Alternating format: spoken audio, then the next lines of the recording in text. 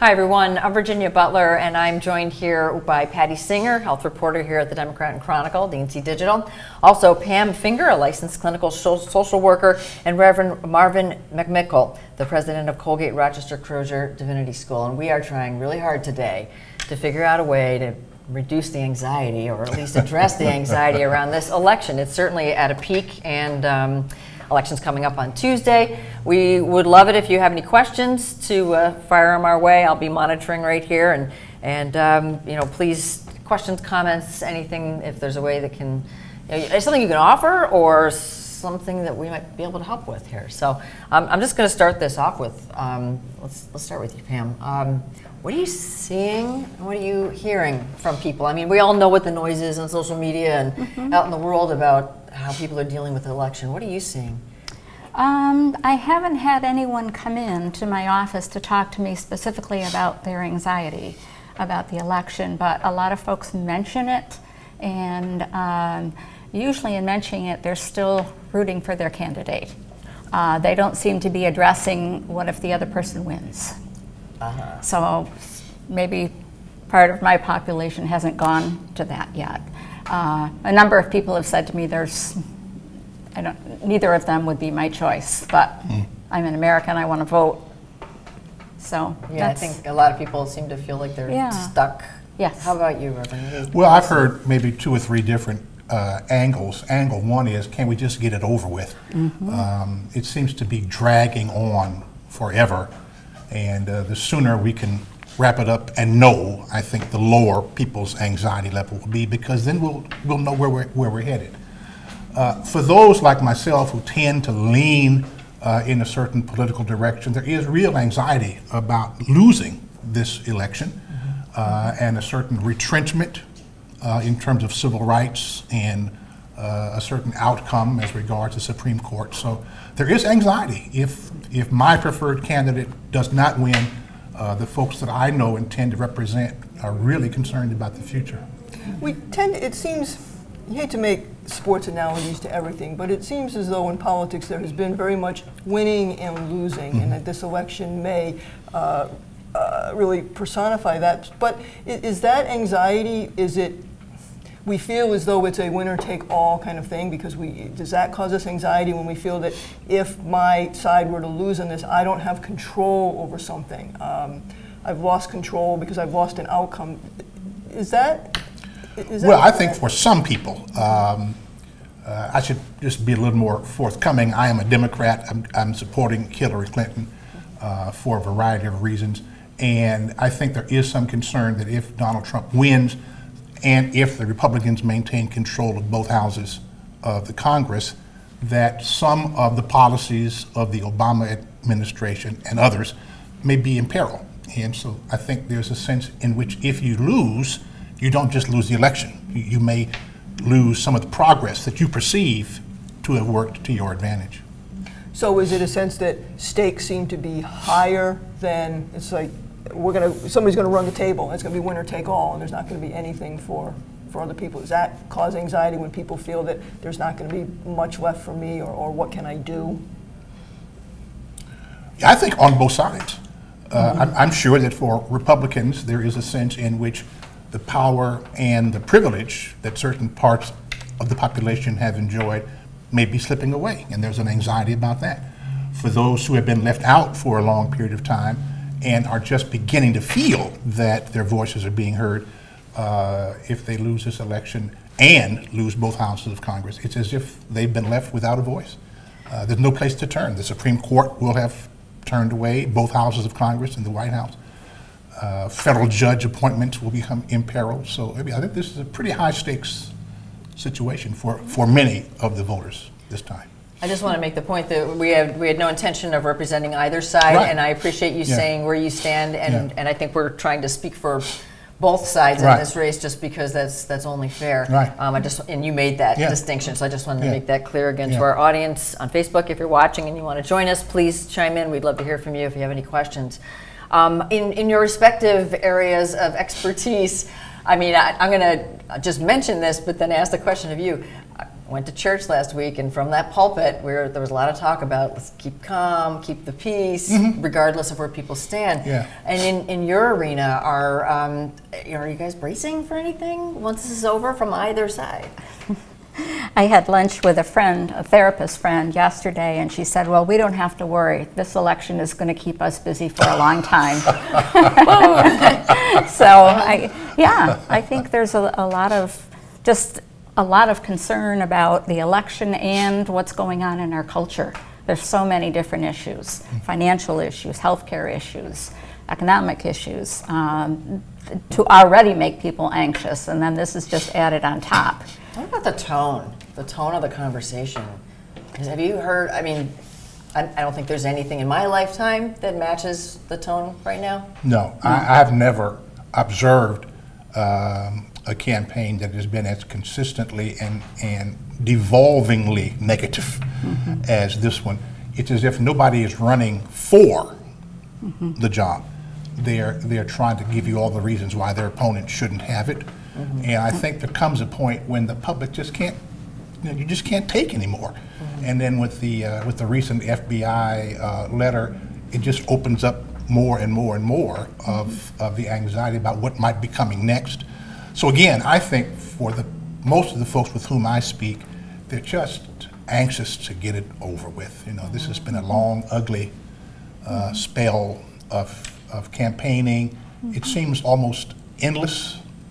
And as you said the other day, Patty, as soon as we get the next president inaugurated, the next cycle is going to begin. And here we go again toward 2020. There's been a lot of talk about different mental health issues in the country.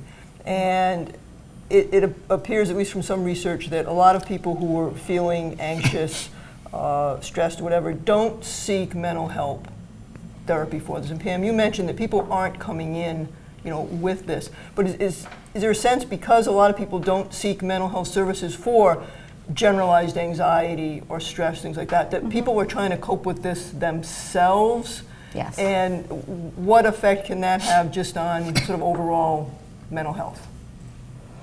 Well, I think in general, people feel I cope as long as I can, and then when I start to not be able to function, either at work, at home, in my community, then I better go talk to somebody because people are telling me this is getting in my way. I think stress in general shows up for any of us as increased irritability, increased inability to focus and function at our optimal level or close to our optimal level. But until that starts to feel really impaired, I don't think people often seek professional help. Would we know that we're impaired by that? I mean, how would somebody know that it's getting this stress from the election or the election piling onto other stresses in my life are starting to impair me? How can we become aware of that? Maybe our friends start to say, hey. What's wrong with you? I have one client actually whose husband is, she calls it addicted to the TV. He gets up in the morning, that's all he does, and she has to drag him out of the house to walk to Wegmans or do anything because he's on, and they're up till 1, 2 in the morning watching the news shows. And she said, it's starting to get to me. I just have to leave the house because I can't do that. So what should you do if you're in a situation like that? I'm sure there's probably a lot of people who are watching their loved ones freak out. And what do you do to kind of tip them back over the other way? Well, I think you can encourage them to come on, let's go for a walk, or let's take a break for a little bit, because it seems that the same things are said over and over and over. Right. Yeah, the 24-hour news cycle is not our friend now. No. Because everything is breaking news at 5 and 6 and 7 and 8. Well, it isn't breaking news if you've been watching all day. Right. It's just a repetition of the same people and the same points of view. And it seems as if the closer we get to Election Day, the more entrenched these various surrogates become, almost to the point that the hostility is more on the television screen between these spokespersons. And then you see them flaring up and you say, my goodness, this is really getting out of hand. I mean, I saw something on CNN where 2 of the people literally, were in each other's faces over this election. I thought it was really not a very good example. We've got a comment from Marie Gibson. I see people's anger escalating on social media, people who always seemed easygoing. Yeah, I mean, it's so true. The comments Social media is an easy place to vent because you don't necessarily have to give your name. You can post something, you can say something really ugly, or you can just, as you say, let your frustrations out, and that's it. But yeah, I don't think social media is the best place to go for an objective opinion. Well, and there are people who it seems like it might be their profession to egg people on, to make people mad, and trolls. And well, so from the pulpit, how are you seeing the faith community? Yes, they have to walk a very careful line in their preaching in terms of not giving any sense that they are urging the congregation to vote in a particular way. But as I said in Patty's column the other day, I think the message is don't act as if the end of the world hinges on the outcome of an American election. There are powers and forces infinitely more powerful at work in the world. We've been through times like this before: the Civil War, the Vietnam era, the Civil Rights Movement. We're going to survive this. This is not going to end our republic, but it will certainly test our confidence in our neighbors and our reliance upon those fixed documents, the Constitution and others. If we can just adhere to that, I think we'll survive. Yeah. Is that some of the anxiety, though, because we've always trusted that things would be okay, but you don't know they're okay until you're looking in the rearview mirror and you found out that they were okay. Yeah, that's a good point. That's a good point. Sometimes you have to survive this, be on the storm at sea in order to better appreciate the calm on the other side. And I think it's going to be a bumpy ride. Whoever wins, the ease of governing from 2017 to 2020 is going to be very challenging, because you got folks now who are saying they're not going to accept the results of the election. Well, what are they going to do? So whoever wins, they're going to have their hands full trying to get this country moving in the right direction again. Hector Algarin mentions he's going to turn off Facebook until after the election. Not a bad idea. And even after the election, turning off social media is probably a good idea, or at least tuning out a little bit. Well, Pam's point about people who stay up till 2 in the morning watching CNN, it is an addiction. And it does not alter the outcome one iota. You just can't leave it alone. And I would urge people to just let it go. If you've watched the cycle once, you don't have to watch it 8 more times. Change the station, get your remote control out and go find an old Western or something. Well, my brother sent me a note and said he's watching Lonesome Dove over again. He said they used to resolve problems well in the Old West. So. Quickly, right. I don't know if that's actually right. Pam, what do you think this will, could potentially the conversations that we have about election stress and anxiety help us identify mental health issues, before they become something that is so serious that they do become truly debilitating to a person and change their lives? Can this have some kind of positive effect on people recognizing some triggers that upset their emotional equilibrium? Well, absolutely. If someone is kind of borderline functioning in their life and then they go through an extremely stressful situation, it's more liable to tip them into, not being able to function well. But people think of mental health as, a clinical depression, and there can be, people argue about the word stigma around mental health, but there can be some judgments that people have about folks who seek mental health services. Right.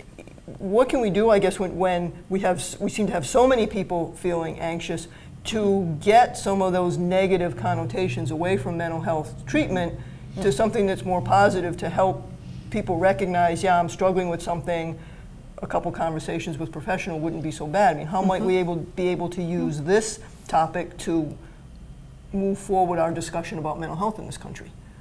Well, absolutely. I think it's about education. It's about letting the public know when, you're feeling really anxious about something, going to talk to somebody a couple times can make a tremendous difference. And I find that often when clients come in, they say, I wish I'd come here sooner, And a lot of people don't know what to expect when they come in to a professional's office, and I'll kid with them, you know, I always ask at the end of the first session, so how was this for you? And many of them will say to me, I'm so relieved. I just needed to get this out. You didn't make me lie on a couch, you know. Is it fair to say that it's almost like talking to a compassionate, understanding friend? Absolutely. Who's not judgmental, it's just... Right. There to be objective and help you sort through whatever it is that's getting in the way. It would help if we could think about mental illness like we think about any other kind of illness. You know, nobody has the stigma if they have a bad heart, a bad knee, a bad lung. Why is illness in that part of your body any different? So if we could find a way to simply take away the stigma, which usually helps when people who've been through a kind of a therapy are a little more forthcoming about it. Then we can see a friend, a neighbor, a loved one has been through this. It's pretty normal. And then folks may be more inclined to go and get the help that they need. But for heaven's sakes, don't push it down, because it just makes the situation worse. Yeah. Do you find that people are coming to their clergy person with this because they're hearing speeches, they're hearing sermons from the pulpit about elections?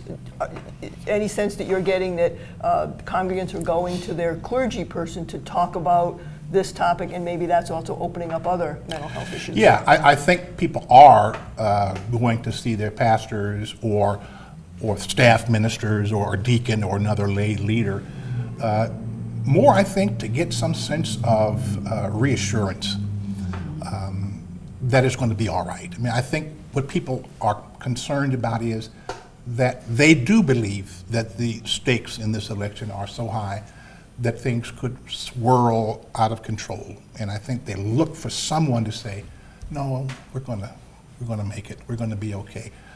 Don't lose your head over this. And remember how many times in the past the nation has been through a tumultuous period, world wars, depressions and things. It's hard, but we survive. And I think this is just another one of those times when remembering is the most important thing we can do. I just want to mention one other comment here from Facebook, our Facebook friends who joined us. Thanks for being here, and then we're going to have to wrap it up because we're running out of time. But a good point that somebody mentions, Barbara Irway asked about international people in Rochester, if you've ever encountered people who are talking about things that are truly a huge concern if they feel they're going to be deported, or we're talking about walls, maybe they are concerned about their families. Have you run into any people in those situations? I have not. I just came back from Canada, our neighbor to the north. They're not putting a wall up there. They're not putting a wall up there, but I do think it's important to say that they really don't understand what's going on down here, both in terms of the length of the process. They pick a prime minister in Canada in 4 to 5 months, and it's done. And they really don't understand how these two persons, out of a country of 350 million, how these two have become the only choice that we have, save a third-party candidate. So I think there are people around the world who are looking at this election really trying to figure out, who is this country that we thought was the leading democracy in the world that has devolved to this moment in time? Okay. All right, well, I want to thank you all for coming in and participating in this. Reverend Marvin McMickle from Colgate Rochester Crozier Divinity School, Pam Finger, licensed clinical social worker. I hope both of you don't have a hard time after the election and that things get back to normal, whatever normal is now. I might be calling her. And Patty Singer, DNC Digital Health Reporter. And thank you for joining us on this Facebook Live. And stay tuned. We'll have all the election results on Election Day. Don't worry. And maybe turn all media off between now and then. Take care.